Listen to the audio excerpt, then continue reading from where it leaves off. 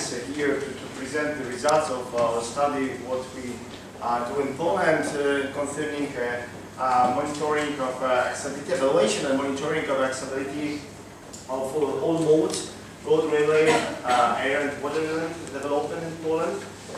So I'm a representative of a big team of people in our Institute of Geography and Spatial Organization, Polish Academy of Sciences. In Poland, we organized such a workshop 3 or 4 years ago, so it was also excellent for us to join the NECTAR this way. Yeah, we are doing many projects, both for ministries, National Science Center, and ISPON projects, together with Klaus Spiegelbrand, for example, track. But what I would like you to present to you today is just what we are doing for our Ministry of Investment and Development. It's probably one of the few, or maybe the only one in Europe, complete monitoring system concerning all the modes and the evaluation of all the investments, big investments in Poland, more than 1,000 investments concerning all the modes. So we have, sorry.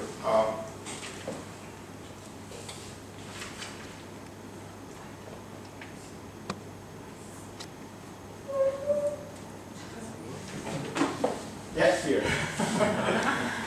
Okay. We have airports capacity for airports, water inland investments, water related infrastructure development, and we can do it for ex-ante evaluation. We joined EU in 2004, so we have 3 program periods, and the last finishes in 2023. So it will be also ex-ante evaluation. I would like to show you results concerning both changes in accessibility and changes in spatial differentiation with potential accessibility dispersion index. And what I want you also to present at the end of my presentation is results of our new project, TRElab, which is first chance for me to present it. It's a new project concerning the whole Europe, so we can calculate accessibility for all the countries in Europe now. And this is, of course, well-known accessibility, potential accessibility indicator we use. For passenger transport, we use data, total population data, and for freight transport, we also use GDP data. Of course, it's not easy to calculate GDP at the level 2 level, but we use it. We have data for both individual and freight transport, our own speed model for individual and freight heavy good vehicle transport, and maximum technical speeds for passenger and freight trains concerning railways. And we use this is decay, exponential distance decay, data on municipal level, and number of indicators for inland waterway. We have only freight transport, and for air we have passenger transport. In general, population and GDP are the variables we use for attractiveness for road and railway transport, but for air transport we use airport capacity. So it's more accessibility to airports. And for water inland, we have ports capacity, which is just classes of water inland classes 100 kilometers from ports. Okay, so it's in Poland in general, inland water transport is not as developed as in Netherlands. Yeah, but what we are doing well quite in Poland is road development. You can see here that at the beginning, when Poland joined EU, we had about 500 kilometers of motorways, only a few kilometers of express roads and motorways in construction. And now we have about 4,000, and the next 1,000 is under construction. So in 2023 will be more than 5,000 kilometers of motorways and expressways in operation in Poland. So you can see a big progress. It's a great laboratory for us, transport laboratory to check what are the effects on accessibility of such a big progress. So you can see accessibility, road accessibility in 2007 and road accessibility in 2023. We have a big two poles, I would say, of good accessibility, Warsaw together with Łódź and upper CLS conurbation area with Krakow. And if you think about railways, this is a matter of construction of index, because we use technical speeds on railways and individual route transport to go to the nearest 2 or 3 stations. So it's of course only 20 kilometers per hour, something like that. But it means for a monitoring system, we don't have a GTFS data for buses in Poland. So that's why we need to use individual transport to connect us from each of the municipality to the nearest stations. So that's why the better accessibility is along the railway system.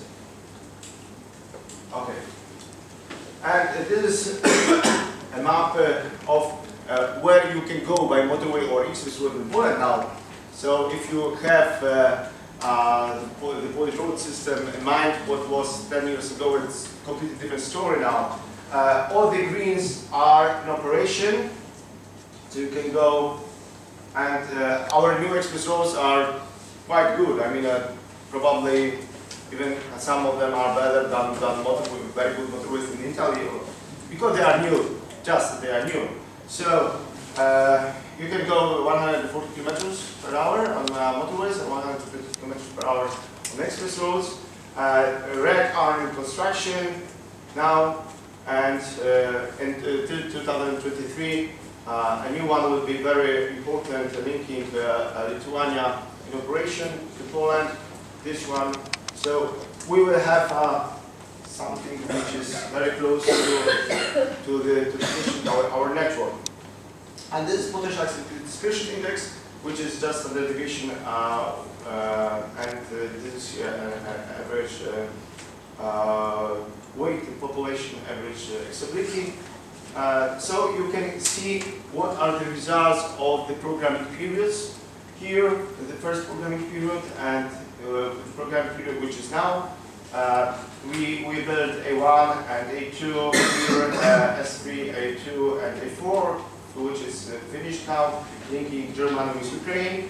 But what is interesting, because of for passenger and freight transport, and this is a synthetic indicator, these investments were centrally located, I would say, and this programming period, which is now, is linking Warsaw with eastern Poland, which means it's much more cohesion-oriented than the previous one. And what we can now do is also to present the results, effects for each program. So we have some programs. For example, this one is operational program development of Eastern Poland, and you can see some projects dedicated to Eastern Poland development. Yeah. And this is the same for railways. It's too optimistic. I think that's even 1/3 is in 2023 will be great. And these are the results of potential accessibility dispersion index. So you can see there's some kind of polarization for heavy good vehicles. I mean, the freight transport, it is because GDP is destination attractiveness, which means that GDP concentration is much higher than the population concentration, and this is always much more polarized because of the polarization of the GDP concentration in Poland, also in other countries. And here the same for railways. So you can see that if all the railways are completed, there is a big progress in terms of cohesion effect.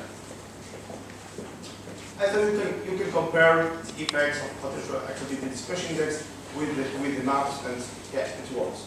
And the air accessibility, of course, the best accessibility is around the Warsaw Airport because it's the highest capacity level, and of course also a conurbation area with Krakow.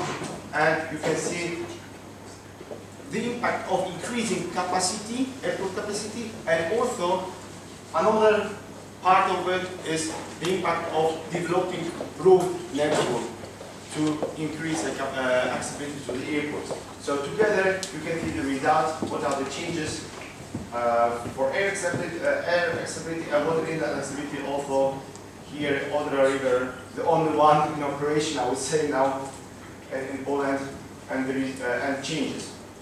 Yeah, okay. I don't have so many minutes, I know, but I would like you to present also the result for our European model.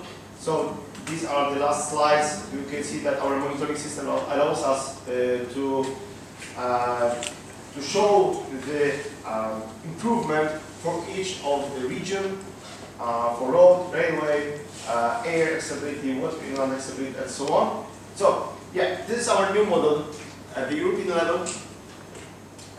So we have the full network for the whole Europe, road network, and population data, GDP data, number of transport zones. In Italy, we have 110 transport zones at the NAT3 level. So we have also a lot of transport zones in Turkey, Russia, Ukraine, and so on. So this is whole Europe, whole continent. And what we did is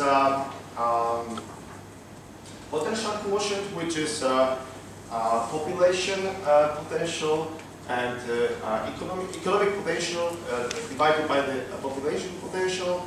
And if we take the averages, then we have a region where there is a surplus of economic potential over population potential. So you can see in Europe, this is of course in Norway, Switzerland, Ireland, and we also did a lot of calculation depending on the half-life values. So it's for 30, 60, 90, and 120 minutes. And also we have the same calculation for each of the country as if it is an island with no connections with other countries. So here you have the international level and intra-European level. Then we have what we call distance decay tornado effect, which means that the higher the trip is, the longer the trip is, I mean the longer the half-life, or as we call it, catch time. Catch time is the time that cut destination attractiveness to a circa half. But it's the same as half-life. And we can do such a calculation for each of the country. France, Germany, Netherlands, Spain, Italy, Great Britain, Poland, and Romania. So you can see that in the for the long half-life, we are all getting to the average. I mean, if we think about the distance decay, which is straight line, it means that we have nearly the same accessibility everywhere in Europe. Yes, so we are very close to the averages. Because here we have a GDP per capita for low and medium and rich countries. Here we have Poland, for example, Romania. Yes, and if we increase the half-life here, then all of these countries go to the average. So it's quite a new concept. And this is how the population weighted standard deviation of potential quotient, depending on the half-life or catch time values, changes in each of these countries. And then we have my last slide. Yes, okay. This is a new typology containing GDP per capita at the over or below European average and over and below the national average. with the potential quotient. Potential quotient is the economic potential and the ratio of economic potential and population potential, and also in different types for over European and national averages, over European averages, and below the national average, below the European average, and the over national average, and below EU, European and national average. So, for two types of high fives, yeah. So you can see Rome, for example. Yes, it's probably here. So the GDP per capita is over the European average and national average, and potential quotient is over national average, but below the European one. Yeah, because of its location. So the same is for Madrid, and here for the northeastern Spain.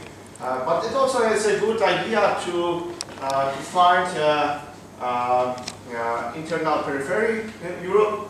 You can see here Carlo de Valle, for example, which is really here, which is really good potential quotient, but not a very good level of GDP per capita. So it's quite a nice tool to present different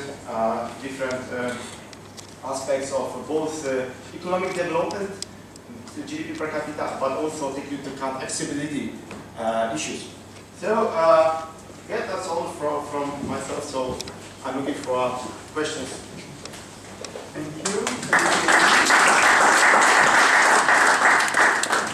So now the floor is open for questions.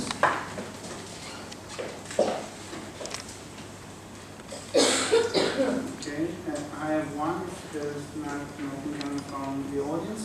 If you were mentioning that this is both for freight and passenger, as it is for freight specifically, I think there is a big distinction between what happened in Italy. At least we have this distinction between what happens above 50 kilometers and what happens below 50 kilometers, in the sense that what we are really concerned about, and the EU is concerned about, is urban freight distribution, due to the fact that this is driving next to the e-commerce development, and this is mainly linked to truck movement.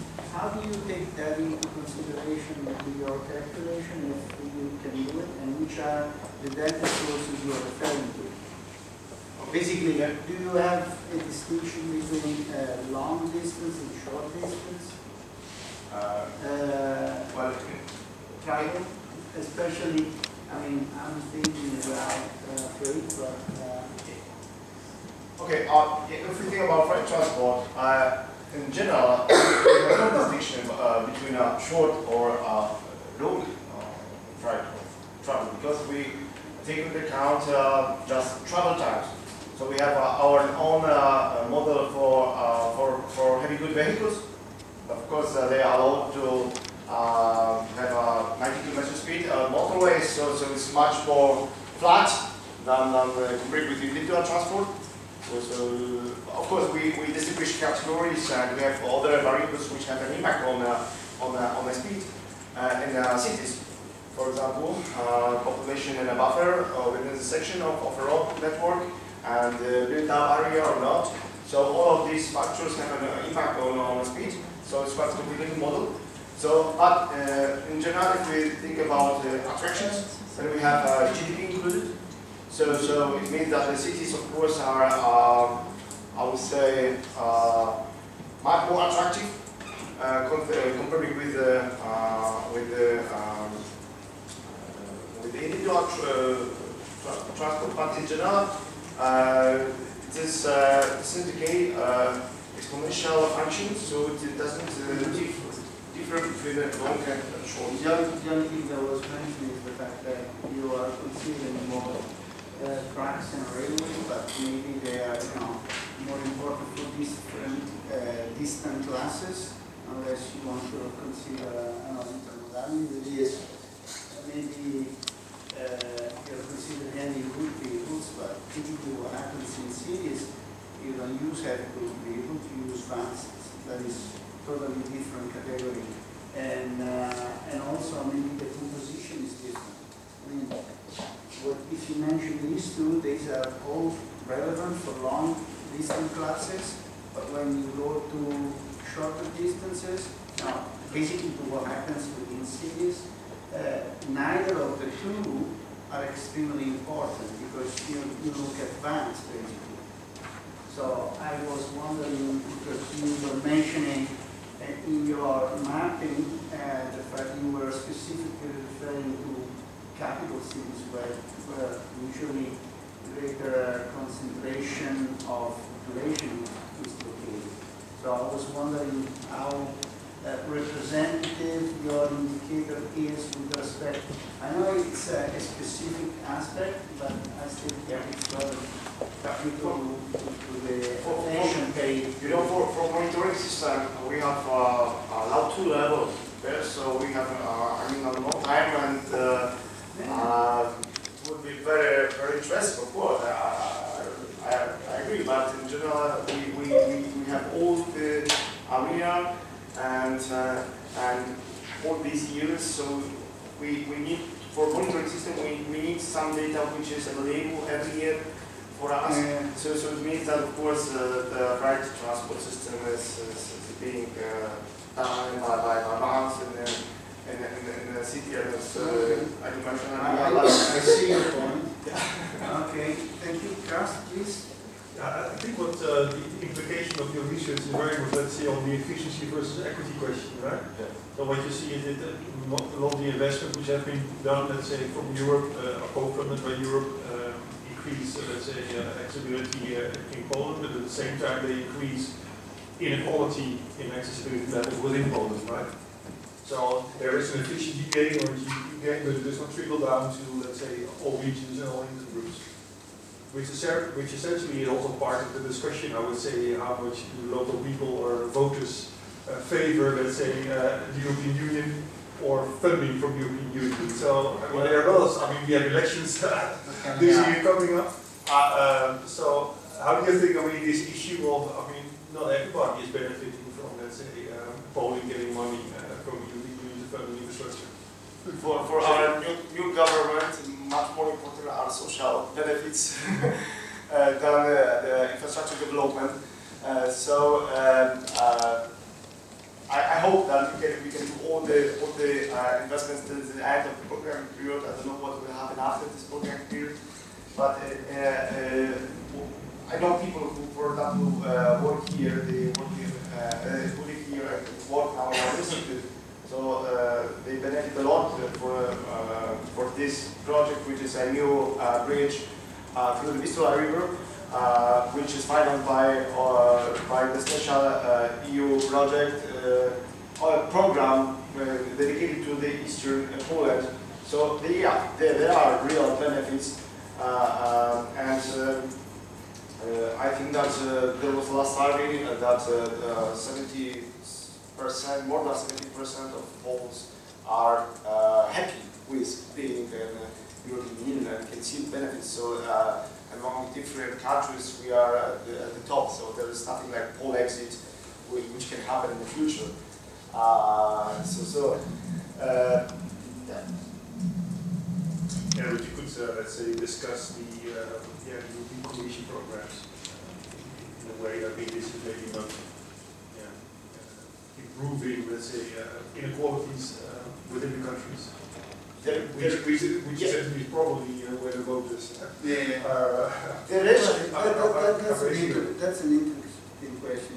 We should possibly look at who specific area voted for with respect to the benefit, the accessibility benefits coming from the investments. I mean, if you look at Italy, for instance, I mean, the biggest opponents of the high-speed connection are people located in the exact area where the investment will create the infrastructure, but they will have basically very limited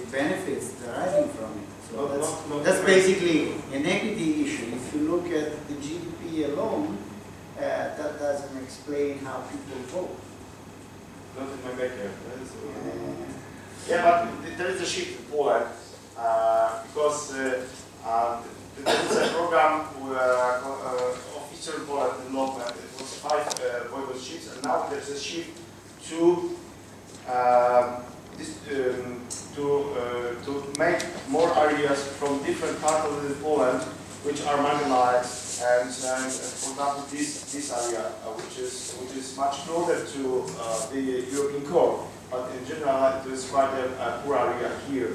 So the middle Pomerania. So it will also include somehow and find new programs. So there is a shift to take into account more accessibility as a part of both economic situation and accessibility level as part of the reason for giving funds to street areas. Okay. If there are no other questions from the audience, I would like to thank Piotr for his We want to publish it in Journal of Geography, so next month I will be submitting it, so keep our fingers crossed for it. Okay, good luck. That's what I'm talking about.